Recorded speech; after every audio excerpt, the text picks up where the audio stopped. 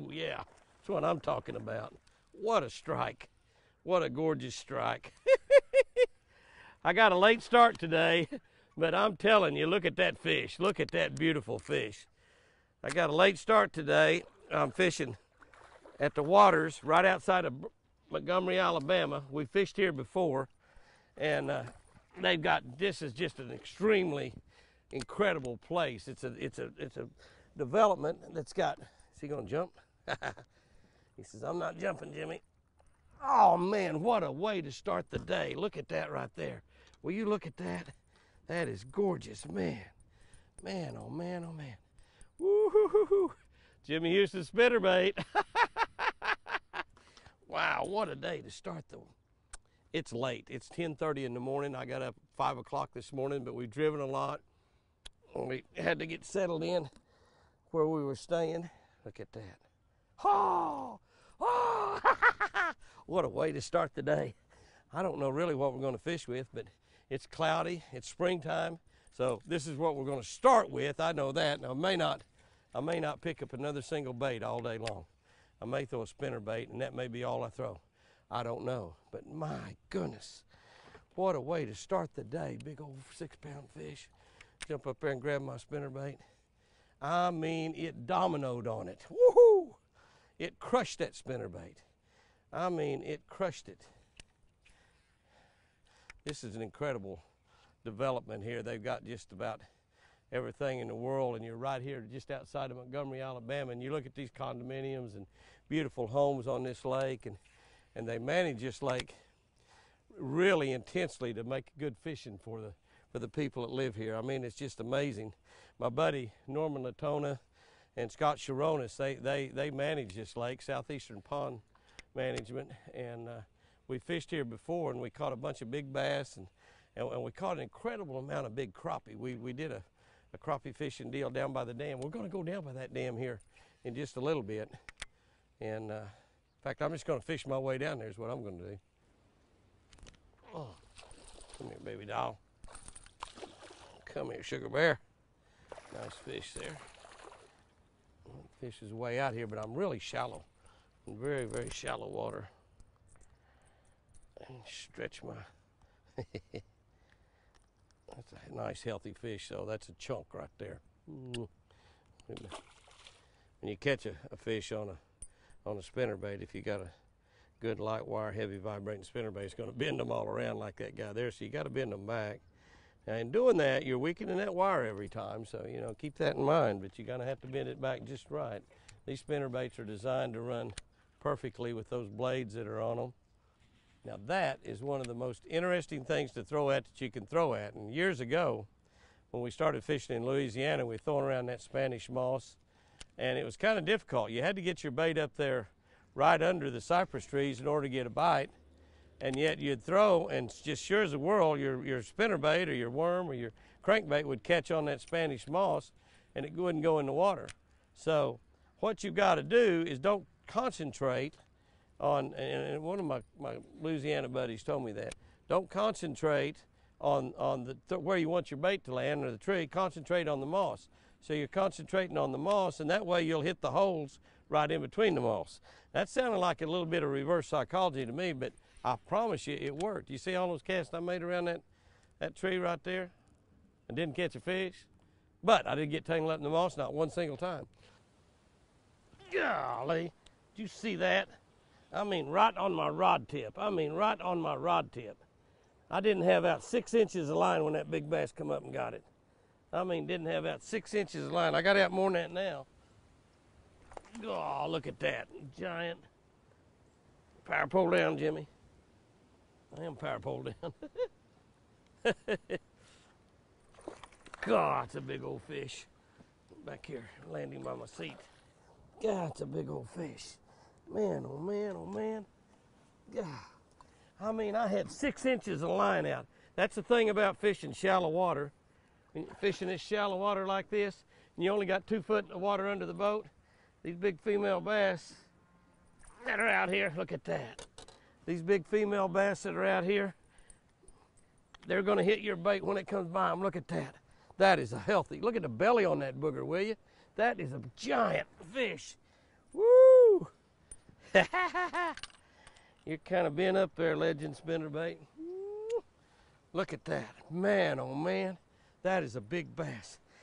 Let me tell you what's happened. It's dropped 15 or 20 degrees in the last... It's dropped 15 or 20 degrees in the last 10 minutes. And a big, big, giant thunderstorm came by and went right through there, and it sprinkled on us a little bit, but hopefully we got a little reprieve. We're going to get rained on today. There's no doubt about it. But, man, the pressure is dropping. This is exactly the right type situation to catch big bass. We're fishing super shallow water. I'm talking, you know, my Mercury motor's hitting back there. That motor hits back in these pockets because they're super shallow. And that's why you're liable to catch a fish anywhere. So what I want to do, as soon as I caught that fish, I power pole down because I didn't want to move up any further into this pocket. We're hitting these pockets. This is the third one. 1, 2, 3, 1, 2, 3. This is the third one. This is the third one that we got a big bass in. The third one. So, third one. Yeah. Glimpse of a fish. Oh, holy cow. There was one under that tree. I called that shot. Holy cow, look at the size of that fish. Will you look at the size of that fish? Holy moly. That's a giant female. Holy cow. Oh my goodness. Oh my goodness. I'm gonna get back here. Oh, golly, what a fish. Oh my goodness. Come here, baby. Look at that's an 8-pound fish. Woo! Look at that fish. Oh my goodness, look at that fish. Oh, holy cow. I gotta get up here and get my wind it. Gee whiz. You know, let me tell you the deal on this fish. You see, that's the only tree along there for like 100 yards. We went through there and we never got a bite. Well, it's got cold. That Jimmy Houston spinnerbait out of your mouth. We never got a bite all the way down that bank. And I got to that tree, and I just made a statement that that tree is a perfect place. You know, a deer would come and make a scrape under a tree like that. The tree make a scrape under there and leave some scent on the limbs. That's exactly the kind of place that big bass like to spawn. Look at her tail. Look at her tail. Look at her tail. Look at the blood on her tail. She's in there, and I actually had to make 8 or 10 throws. 8 or 10 throws back there in that same spot. The second throw that I made in there, when my bait got to the boat, I actually thought I saw, well, I did. I saw just a flash underneath my bait. Saw a flash underneath my bait, and it was probably the male, because I don't think it was a real big fish. And so I just kept pounding it. I made 8 or 10 more throws, and then finally that big female come up and dominoed on that spinnerbait. Wow, what an incredible, I'm telling you, if I don't get another bite the rest of the day, that's worth the whole day right there. That's the whole deal right there. See that big fish come up and get that bait? And to pick out the spot where it is. Now, if we had another tree or two, now the next place we got trees right in the corner of where that big riprap starts right there. There's one. Good one, too. Oh, he's not giant. He felt a lot bigger than that. He's a nice one, though. Jimmy, you're getting spoiled here, baby, when you're saying, it's just a little one. He felt like a pretty nice one. He hit right on the bank. I'm going to go back down through that, I think, with a crankbait. Get my deep smoothie out. I'm trying to slow roll that a little bit now. I couldn't get him to hit it up on top on that riprap. Drops off pretty quick. So I think I may turn around and go back down that riprap. These ripraps are really good in February and March like this. Holy cow. Gee whiz, look at that fish. Holy cow. Gee whiz. Oh my goodness, he come off. Whoa, that was an 8 or 9 pound fish. Holy cow, right out in front of that tree. Right in front of that tree, just like that other big one I caught. Oh my goodness. Did you see the size of that fish? Gee whiz. Wow, that's 2 of them big ones that I've lost. Is that amazing? There's beds evidently back underneath those trees, and those big females are out in front of those beds. Evidently, that's what the deal is. I've seen that happen a jillion times anyway.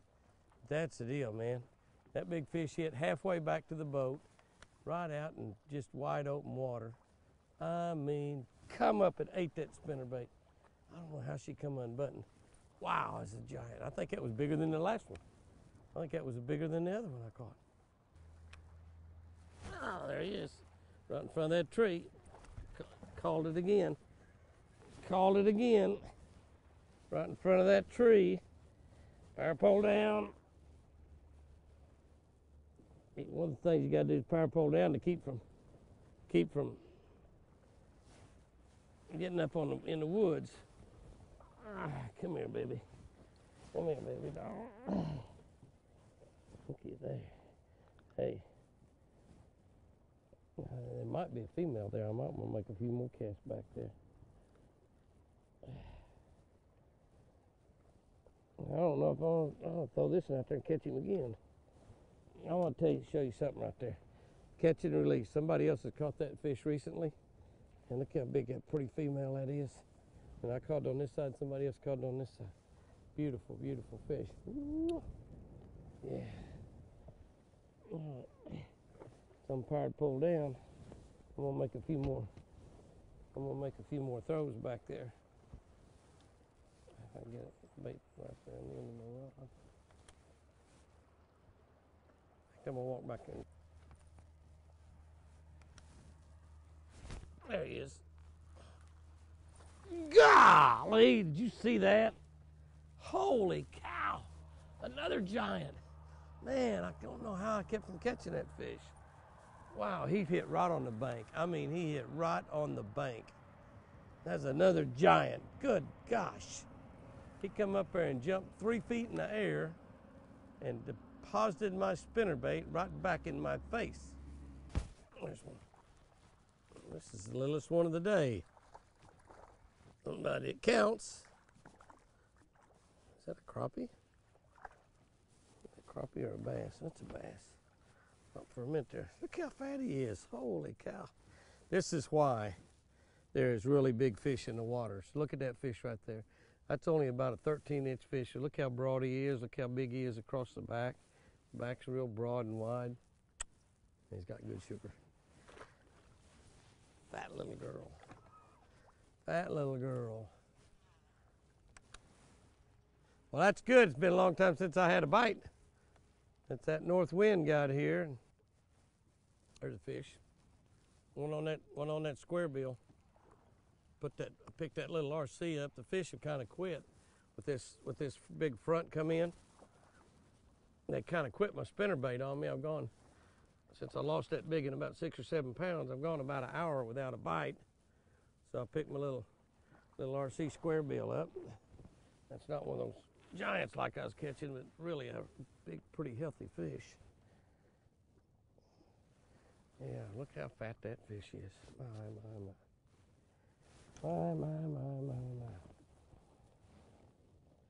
Well, when my buddies at Southeastern Pond checked this lake here a while back, they said it was probably as healthy as it's ever been, and it really is. Those are just beautiful fish. Beautiful fish. Those big giants that I've been getting a hold of, they have really been special. I mean, they have really been special.